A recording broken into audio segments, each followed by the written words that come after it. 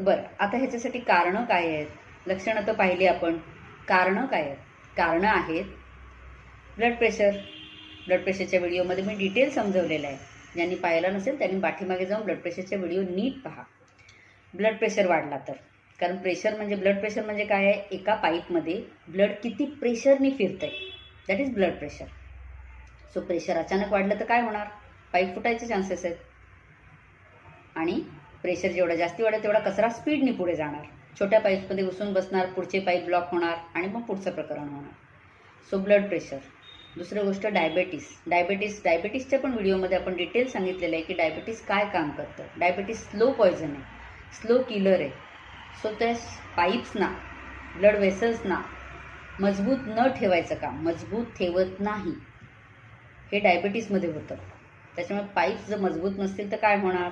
पुन्हा तेच सगळं होणार.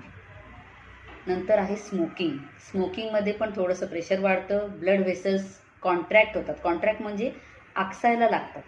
टोकाकडच्या स्पेशली बारीक बारीक पाईप्स आहेत ते आकसायला लागतात, त्यामुळे पण पुन्हा पुढे रक्तपुरवठा होत नाही. नंतर आहे अल्कोहोल म्हणजे ड्रिंक. ड्रिंकमुळे, अल्कोहोलमुळे काय होतं? ब्लड प्रेशर वाढतं. मग ब्लड प्रेशर वाढलं की पुढचं परत आलं. नंतर आहे मोठा कोलेस्ट्रॉल. कोलेस्ट्रॉलवर व्हिडिओ आपला डिटेल आहे, ज्यांनी पाहिला नसेल नक्की पहा. त्यातही सगळं हे एक्सप्लेन केलेलं आहे की कोलेस्ट्रॉल वाढल्यामुळे कसं काय पुढे ब्लड प्रेशरवर परिणाम होतो, पुढे मग पॅरालिसिसमध्ये जातं. अशा बऱ्याच गोष्टी एकाला एक लागून असतात. त्यामुळे ह्या गोष्टी नियंत्रणात ठेवणं फार गरजेचं असतं मोठा धोका टाळण्यासाठी. आता हे टाळायचं कसं? उपाय काय आहे ह्याला? सोपा उपाय आहे. तुम्हाला कारणं कळली, त्या कारणांवर उपाय केले की सगळं नीट होणार आहे. म्हणजे ब्लड प्रेशर वाढला नाही पाहिजे, कोलेस्ट्रॉल वाढला नाही पाहिजे, डायबिटीस वाढला नाही पाहिजे, अल्कोहोल, स्मोकिंग कंट्रोलमध्ये आणलं पाहिजे. हेल्दी डाएट कशासाठी? Cholesterol कंट्रोलसाठी, sugar कंट्रोलसाठी.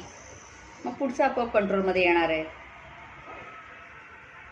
त्याच्यानंतर आहे आपलं एक्सरसाइज. दर वेळेला मी सांगत असते एक्सरसाइज खूप गरजेची आहे.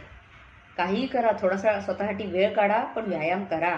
एक्सरसाइजनी ब्लड सर्क्युलेशन व्यवस्थित होतं, एक्सरसाइजनी ब्लड प्रेशर रेग्युलेट होतं, एक्सरसाइजनी कोलेस्ट्रॉल, डायबिटीस तेही कंट्रोलमध्ये येतं आणि मग आपोआपच तुमचं हेल्थ वाढणार आहे ना.